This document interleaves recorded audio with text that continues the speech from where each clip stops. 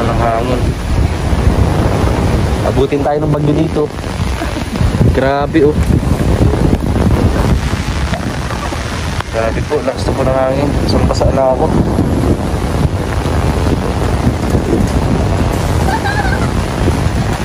Mga kalangga, nakita natin si Tatay Rafael na naglalakad. Tamang-tama, mag-update po tayo sa kanila at pupunta tayo doon sa bahay na ginagawa para sa kanya, sa kanilang pamilya, no? Sa kanyang anak. At bukas ay meron na pong bagyo, kaya postpone na muna po. Tatay, kumusta? Uy, tara, maano ko tatay? Oo. Tara tay. Marami nang nagsilikas. Marami na dyan sa may ano, sa may eskwelahan, naglikas. Eh ako ay, di na ako nakalipas din ako. Super typhoon ito, delikado to. Ang sabi Dito sa Cam Norte, unang dadaan ay sa Bicol Region. Sinabing malakas na bagyo nun ay dinaanan na ba yung bahay ko ay baliwala. Kuntinto man lang, masihangin na hindi napunta. Tara tatay, samahan mo muna po ako doon. Doon, tara po. Sige po. Ayun mga kalangga, samahan niyo po kami. And don't skip ads po. Palike and share na rin po sa ating channel. Maraming salamat. Tara po muna doon sa babahay at magtatrabaho po doon sila. Pero bukas at sa mga susunod at postpone kasi dahil po sa bagyong ito. Dahil sa mga kasamang panahon kaya medyo nadidelay at mabagal yung pabahay. Kaya sana po maunawaan po ninyo. Ayan mga kalangga, at nandito na nga po tayo sa pabahay po, no, para kay Tatay Rafael. So syempre po, bago natin umpisa ng vlog na to, baka pwede po subscribe po kayo sa ating YouTube channel and pa-like and share naman po. At maraming salamat po sa mga hindi po nag-skip at nanonood ng ating ads. So ito po mga kalangga, dahil meron tayong bagyo mamaya madaling araw, no, kay super typhoon po na O1. So ingat-ingat po dahil sa ayun, adlot yung puro bagyo dahil nadidelay po yung babahay kay tatay. Kaya nababagalan. So ngayon mga kalangga, at syempre kay Ma'am Ann, ito po yung update natin. Tama-tama, nandito po si Tatay Rafael. At dahil nga sa masamang panahon, natula din po yung carpenter natin kasi nagme-merienda, nagbili po. So ayun, ito po, titignan natin yung bahay ng tatay. So ayun. Kaya sunod nito, flooring po. Magpo-flooring na tayo dito. Makita natin. Ayun. May bubong na ho ang bahay ni Tatay Rafael. Ayan. Tatay, may kortina. Kagawa lang ng kaso yan. Oo tatay. Bali ang plano namin, 2 gaan. Isa kayo ng iyong anak. Masaya ka po, tatay. Masaya ka ba? Ay, oo, bagay. Ha, dito ka tatay. Bagay para sa iyo. Ako'y hindi ko nalilimot ikaw at wala. Ako'y nagtanda na lang ng ganito. Wala akong napakisamahan katulad mo. Opo, at syempre po kay Ma'am Ann at sa mga tumulong pa po at sa mga tutulong pa. Ito po ang Tatay Rafael. Kaya napag-usapan namin ng karpentero, mga kalangga, napag-usapan namin na hindi po muna lagyan ng plywood kasi may bagyo, malakas ang hangin. Pagka nilagyan po namin ng plywood ito ngayon, masasayang pinaghirapan natin lahat. Tatay, makarong kami ng hangin. Tama po. Kaya ganito muna, no, para yung hangin tagusan. Pag nilagyan po namin po ng plywood, opo, bali wala yun, hangin. Opo, ganito po okay ito kasi lagpasan ng hangin. Okay po yun. Kaya hindi muna kami nagdala ng plywood. Kasi pag nilagay po kami dito mga kalangga ay sayang po ang mga materyales at pabahay na ito. Masasayang lahat ng pinaghirapan namin. Opo, lalagyan din po tayo dyan ng kusina. Kompleto na yan tatay, basta alam na po ng mga karpentero natin yan. No? Magaling ang mga sirada mo. Opo. Kaya ito, may nagulat ka ba?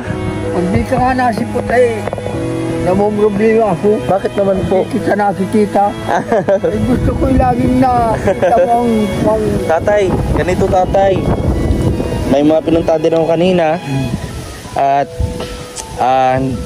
bibigay ako ng ng paalala na itong bagyong ito, super typhoon, ay malubhang delikado. Nakita ko kanina dito sa eskwelahan, marami na din po mga nag-evacuate dyan, naglikas, no? At hanggang ngayon may naglilikas, sinasabihan po. No, ito po ang bagyong ito ay malakas at dito sa Bicol Region unang daraan. Pataas. Ay, ako naman, kaya kung tatay, maglikas kayo. marami ditong binalita noong pang-una-una na dumating kami dyan na ang daming nalilipat yan na taga-Sabang sa eskwelahan. Ayun yung pong lumikas talaga. Kami ay hindi kami Makampante. nagkita sa... Wala namang malakas na maigi. Malakas na hangin at ulan po ang dala nito, tatay. Ay dyan sa akin ay maski malakas ang hangin ay bali wala gawa ng makahoy. Huwag lang nga aking may masanging kahoy at saka pumatak sa bubong yan. Pero pag hindi, yung hangin dyan ng mga nakalimas na wag yung bali wala. Pero sabi nung iba, ang lalakas daw ng hangin. Malakas dito, tatay. Kaya nga, tatay, ito dapat malagyan. Plywood na lalagyan na po namin ito ng plywood Ay, sa sunod. Kaso nga lang po ay ito may bagyo kaya nababagalan. Kuring dyan sa likod na yan. Ano po? Tama yan paggawa. Masama po ang panahon, puro bagyo. Tama ang paggawa. Kaya nadidelay po, kaya pasensya na po kayo. No, pero nakita naman natin yung improvement ng bahay ni tatay. Ayos. Makakalangga. At nakakatuwa. Oo, ayos yan. Opo. Ayan po. Kaya po ganito po ang aming ginawa, mga kalangga. At kasunod po nyon, pag nalagyan na namin ng plywood to, magsisimula na din kami sa flooring, tapos sa pagdidibisyon. Kailangan po yan may division po dito sa kwarto. Tapos bintana, isang bintana rito, isang bintana roon. Po? Pag nalalim dyan, Pero kaya nga, tatay, nilagyan namin ito. kaya dapat may flooring. Flooring talaga, tatay. Saka nilagyan namin ng hollow blocks para hindi naman matibay po itong bahay ninyo, tatay. Napapasok pa din yan ng tubig patay. Ang flooring. Hindi mataas. Kung mataas at saka hanggang doon malibot. Opo, pwede yan, tay. Pwede naman yan na namin taasan pa yan. Wala namang problema. So, para kaligtasan nyo rin kasi dito Nalalim yan ay no ID. Subok ko yan. Bistado ko yung maigi. Lugar na yan. At nabalyan doon sa kalsada at tubig na. Opo. So ayan, mga kalangga, ito yung update natin. natin. Pinagawa mo yung Po? Yun ay kuha. Naglalim ang flooring doon. Kanina po. Doon sa kala, yun doon. Dito sa kabila po. Yung Bahay. Pinagawa po ni Kuya Val yun. Kuya Val Santos Matubang. Wanay. Bakit po? Nang bumahay, baha din doon. Baha din doon. Nalinti ka na. Nalinti ka na. Ay galing lang din dito yung tubig doon ay. Opo. Kaya dito nalalim. Kaya gusto ko may mga katriyan. At lumalim nasa katre. Madali lang yun, tay. Magdaan na tayo ng katre. Yun nga lang, sama ang panahon. Ayo. Kaya nadidelay, nababagal yung pagtatrabaho dahil po sa panahon. Papahingahan muna yung panahon ay intense. Opo. Kung nagtatrabaho, bumugyo na. Tatay, Rafael, ano po ang masasabi nyo kay Ma'am Ann? Anong masasabi ninyo? Dahil ito, tinutulungan kayo na matupad yung pangarap niyo bago malamang Pasko. Maagang Christmas gift niya po sa inyo. Kay Ma'am Ann din po. Ano gusto niyo sabihin? Wala akong masabi doon kung hindi talagang may makikisama sa atin na ginagawa. Tingin ka po dito sa camera. Pasalamat ka po sa kanya. Salamat sa iyo at nakatulong ka sa akin at hindi ko malilimutan yan, tulong mo yan sa akin kahit kailan pa habang buhay. At syempre sa lahat din po na nagtutulong at baka may gusto rin tumulong para syempre pag nagawa na po ang bahay or kung may mga kailangan pa sa bahay, lalo ng kagamitan, mga bagong kagamitan, no? Sana po matulungan nyo rin po kami doon para makabili rin po ng mga kagamitan, mga table, higaan nila tatay, kahit banig. Dapat talaga dito ay mayroong katre. Nalalim talaga rin. Lalagyan natin tatay ng sumuko katre. Na dito nung... Gusto mo talaga tatay ng katre. Ayaw mo sahig, no? Yung iba, sahig. Yung iba, di balik kung hindi na ito binabaha. Ay binabaha. Ito ay subok ko na noong pa ay. Naba dito? Yan ang plano sana ang kala po dyan tayo makakapagbahay noon. Ay sabi ko ay dyan pala natin dito. Dapat ang mataas. At pinaabot nga ito ng baha. Subok ko na ay. Na pinagtitingnan ko ito, pinapalimutan ko ito pagtikamihan. Ay, limpit na lalim. Ayan, wakot yan, bahay na yan. Natutubigan dyan. Maigi nga at dito. Ayan, plano ko ay. Ano pong plano nyo po? Ang plano ni Kumpagay. Yan ay, yan pagbili yung lupa. Yan bahayan sa tabi niya. Ay, sabi ko. Ayaw nyo. Yan pati Atay, lalakas ng mga hangin dito kanina. May mga nag-anin na ng palay, maaga nag-anin ng palay. No? Ganyan talaga bagay. Kasi hindi po magandang panahon, tatay. Nag-anin na ng maaga. Kasi nga, kaysa naman masira. Alam mo, nung kaysa masayang. Nung ako'y nagdaganaw pa, ay ganyan ang sistema. Pag may balak na bagyo at pwede ng alihin, pinapaani ko ng pinapaani. Sige, sa masayang po ano? Ako'y nagparadadanaw ay, pero katulong lang ako. Ay ako ang nangungusiwa. Ako'y mahal-mahal akong may mga danaw dyan na ay dami ko dyan tinulungan. At dahil lang ang pinay sa akin, walang katulong silang katulad kong makukuha. Na ako'y ibang dumali talaga. Ako ay sus, hanggat may araw, sige ang balbag ko. Pag may buwan nga ay ako yung nagtatrabaho sa danaw. Buwan. So ayun po. At tatay, hindi na talaga kita mapipigilan at lumikas hanggat maaga pa. Ay walang magagawa yun, likas. Pipigilan ba kayo natin likas yan? Iintayin na lang yan at kung anong mangyari, gumawa na lang tayo ng depensa sa atin para di tayo mabasa. Hindi, malakas naman hangin yun. Baka marami pang puno dun sa inyo. Ay, ang pangilagan lang dun sa tayo ko, kung may masaging nagpumantas, pumantak sa bubong, yun lang iniisip ko. Saka syempre, unang-una, ang talagang magagawa natin at talagang weapon natin, no, pananggala sa mga ganitong mga kalamidad ay ang panalangin po. Matinding panalangin. Kaligtasan po sa lahat. Dapat ay sinunod. Yun po. Sanay akong magdasal na mapito. Nalapas ako.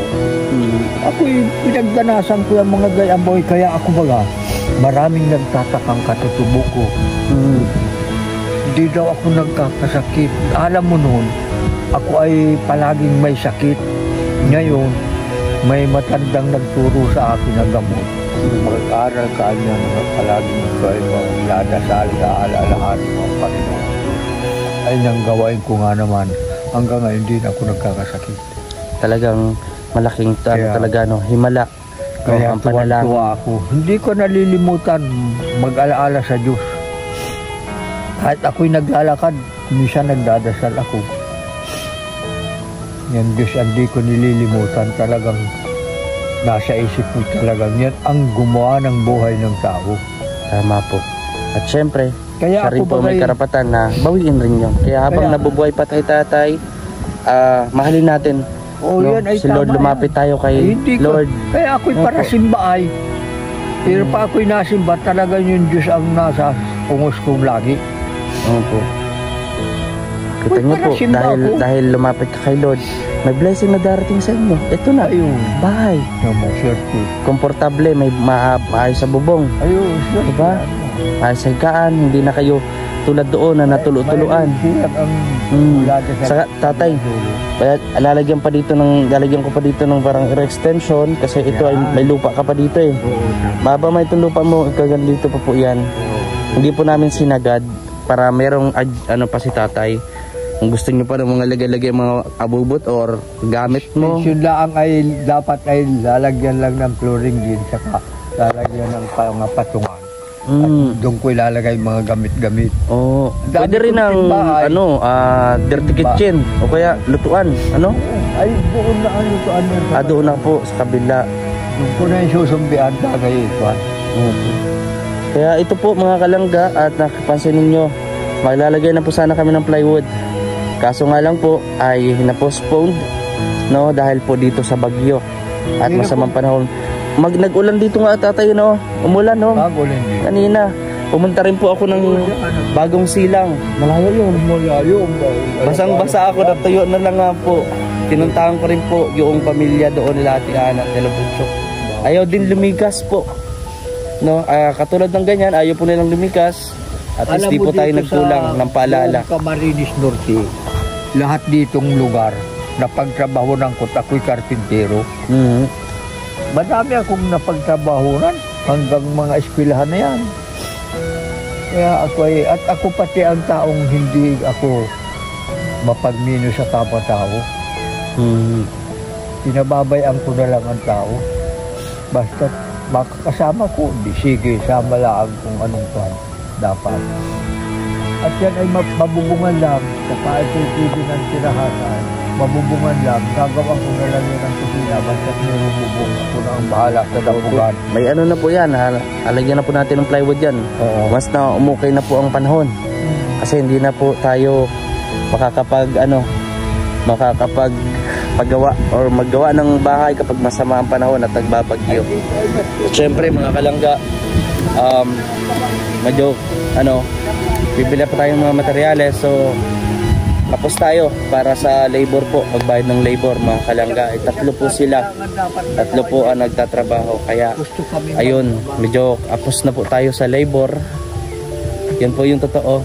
Pero about po sa materyales, magano naman po tayo, meron naman po. Pagpa-labor lang po talaga. So, ayun po. Yun po. Pero ano lang, konting sanga lang po. Sayang naman yung kalamansi inyo. Masarap yung kalamansi. Sanga-sanga. Aha. Kasi sayang naman po may ginalaw may kinukulang. Opo. Sayang naman kasi. Tapos meron ka pang buko tatay, Pahingin ka ng buko dyan, Bagay sakop yan. Nyog-nyog. Bagay sakop yan. Ay, hindi man sakop yan. Hindi yan sakop.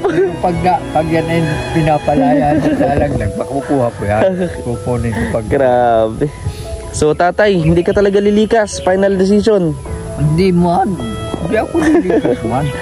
So ganito na lang tatay. Magbibigay na lang ako ng panggastos mo, ha? Para So, alam mo, ayaw po ni tatay isang Rafael. taon na bumagyo, malakas daw na maiging balita.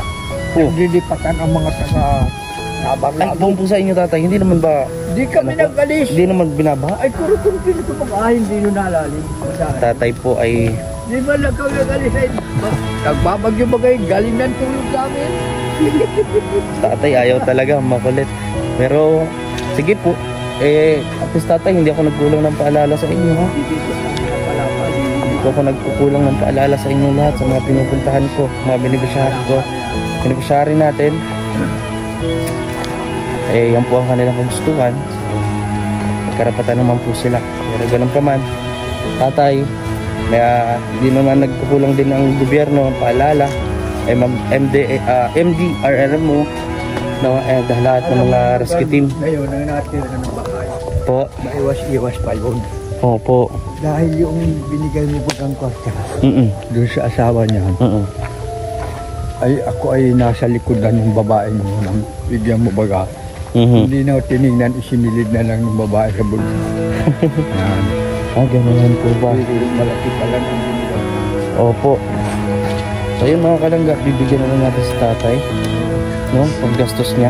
Tatay, bago matapos itong vlog natin, ano ang gusto mong sabihin sa lahat ng nanonood sa inyo, sa lahat ng may gusto pang tumulong po sa inyo?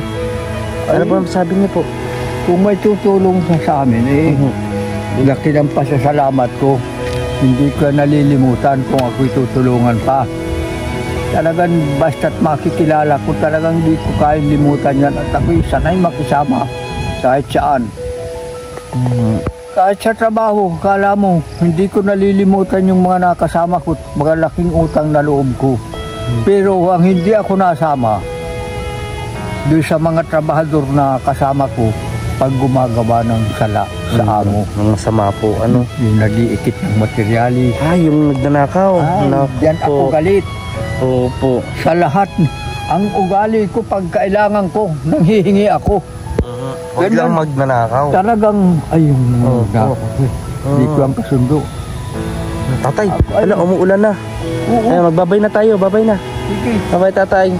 God bless po sa ating lahat mga kalangga. Kaya ako bibigyan mo akong tira pa. Siyempre, tay.